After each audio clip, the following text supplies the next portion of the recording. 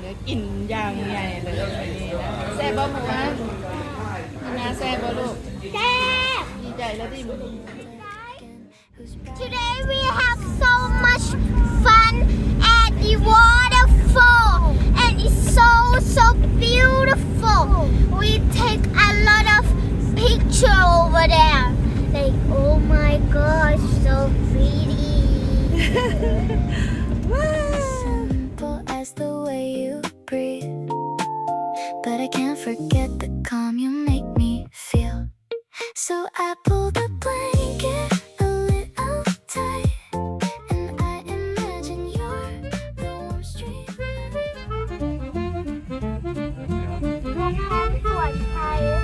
looked like they were still building.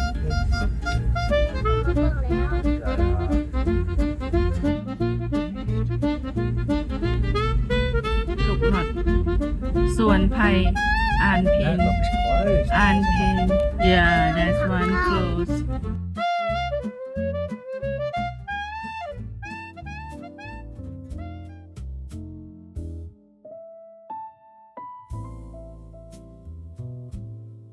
คนตอนนี้พวกเรามา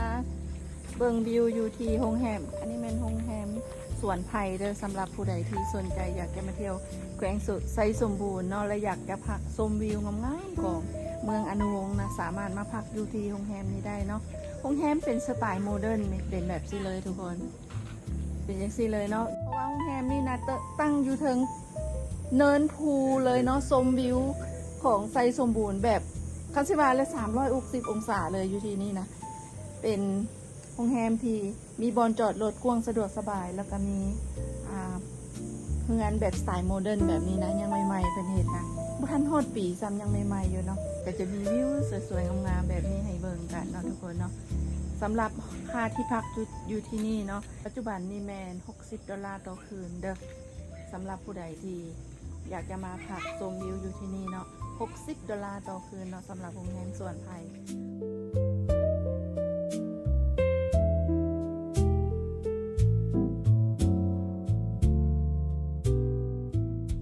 ผู้ใดมาเสาร์อาทิตย์นะต้องจองล่วงหน้าเด้อถ้าบ่จองล่วงหน้าค่ะประกันว่าบ่มีห้องว่างเลยเนาะเพราะว่าจะเต็มทุกเสาร์อาทิตย์เลยเนาะ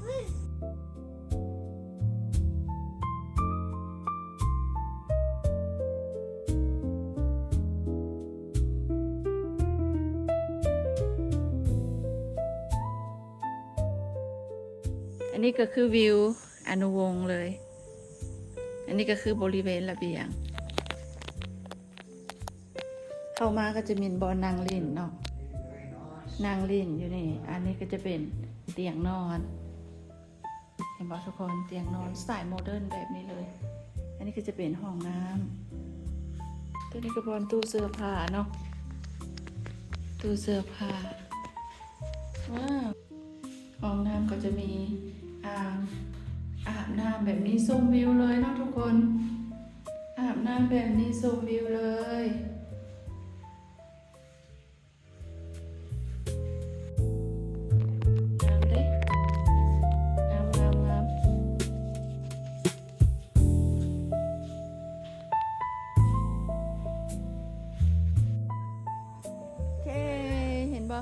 ของเรามาเดี๋ยวมากินกาแฟกันอยู่ที่นี่มีร้านกาแฟนำเด้ออยู่เทิงภูนี่เห็นบ่ทุกคนทางโน้นจะเป็นวิวอนุวงศ์ทางโน้นเห็นบ่ที่นี่ก็จะเป็นห้องกาแฟกินกาแฟกันแล้วก็ตากอากาศสดๆกันอยู่ที่นี่เห็นบ่ ยิ้มสีฟ้าเอาให้เบิ่งเด้อทุกคน ตอนนี้ป้านั่งกินกาแฟชมวิวอยู่โรงแรมสวนไผ่เด้อนี่ นี่พาเด็กๆขี่ดื้อนี่มาเที่ยวนี่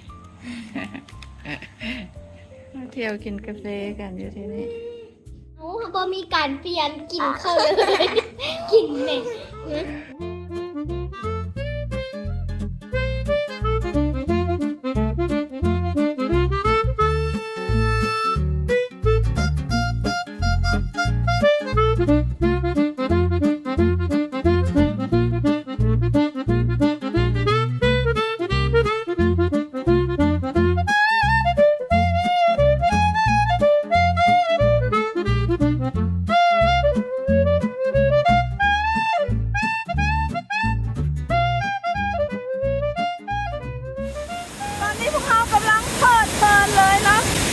นี้นะ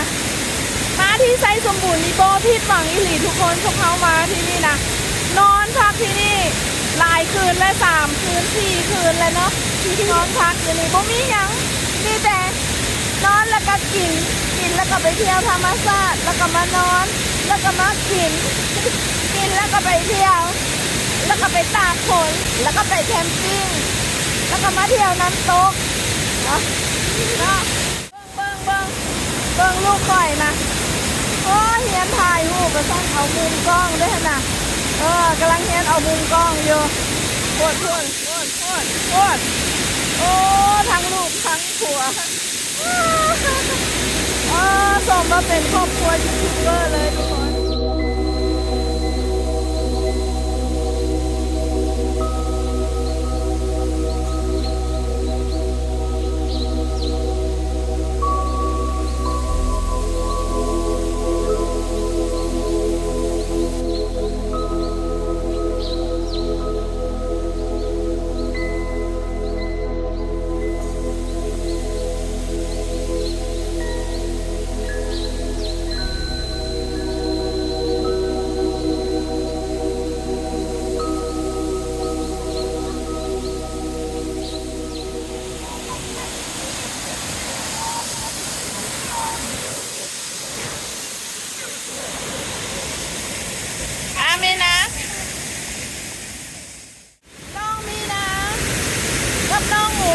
กำลังเพลิดเพลินกับธรรมชาติกำลังเฮียนไทยที่เรากำลังเฮียนไทยธรรมชาติอยู่น้องหมูก็จะกำลังเอนจอยอยู่ใส่หมวกแม่แบบนี้ก็จะเอามุ้งเนี่ยค่ะโอ้ปินซ้ายปินขวาอยู่ลูกคอยเขา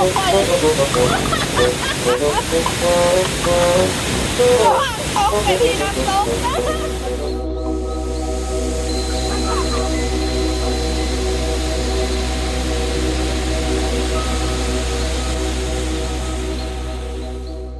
ผู้ใดมาเที่ยวไซสมบูรณ์นะ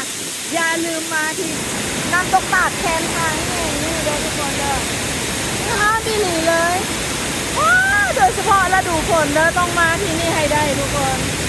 เพราะว่ามันงามมันเป็นน้ำตกแคมทางเห็นบ่ว้าวสุดยอด Amazing เลย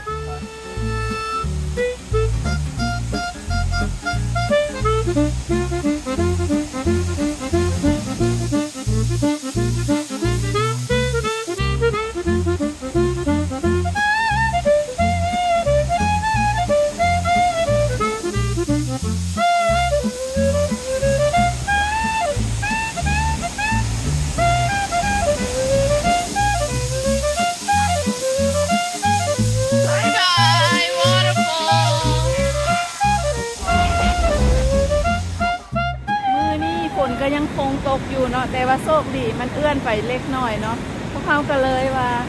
แต่ญาติเวลาช่วงฝนเอื้อนนี่เนาะออกไปแปลงรถแล้วก็ออกไปเที่ยวมาเที่ยววังน้ำเขียวไปเที่ยวน้ำตกตาดแคมทางแล้วก็ไปเที่ยวซอกเบิงถามเบิงราคาดินดอนตอนหญ้าอยู่แถวนี้เนาะราคาค่อนข้างจะสูงแฮง until my racing thoughts go numb. When you're working late till 9:30, you know that you're the only thought on my mind. Let me be your favorite song tonight. Let me be your favorite song tonight. I'm feeling comfy thinking about the quiet playlist that we picked out. ยังมาลงมาล่างตีนอยู่ห้วย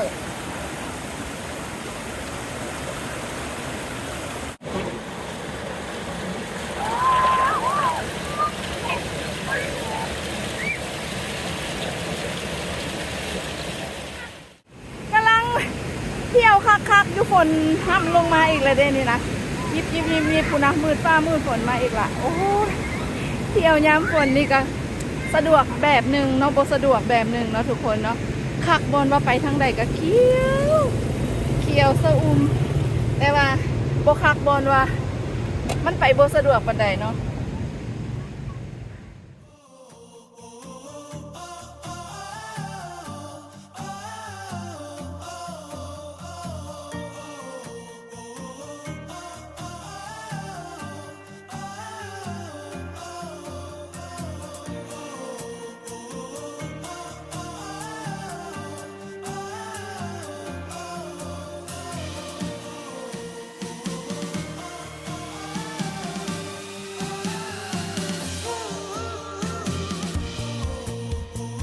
ไซส์สมบูรณ์ต้องมากินซีนดาดทุกคน เจล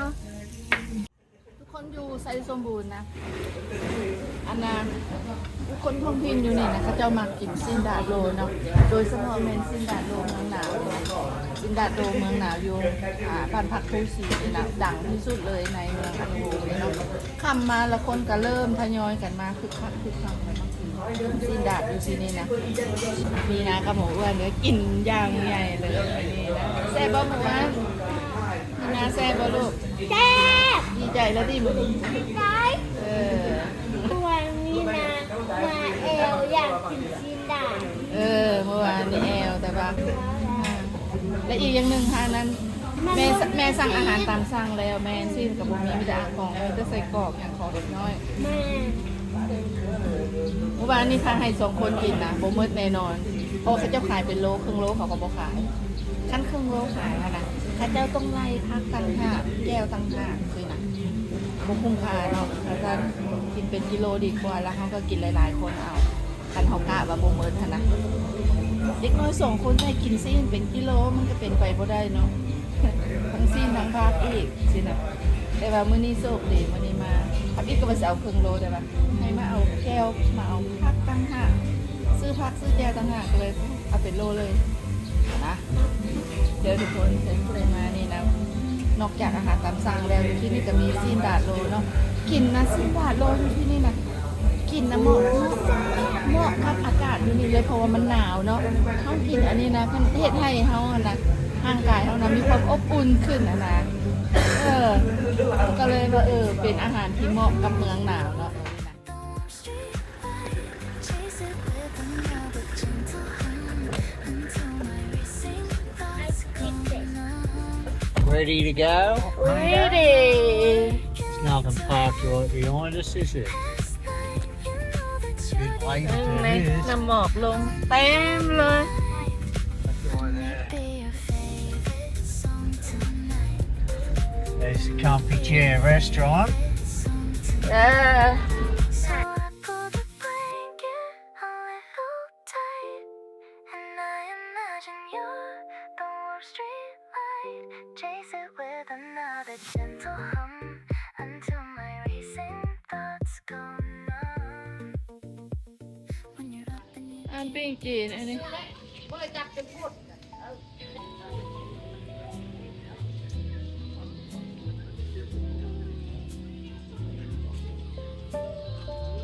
มื้อนี้เลขออกอีกวะนี่เลขออก อันนี้คือหอลักเมืองไซสมบูรณ์เนาะเป็นบอสำเร็จเสร็จสิ้นเป็นที่เฮียบห้อยเนาะตอนนี้ก็ภายหลังหอลักเมืองตัวนี้แล้วนะทุกคนเมืองอนุวงศ์คนกันมาเที่ยวแห่แห่กันมาเที่ยวกันมากมายเลยเนาะ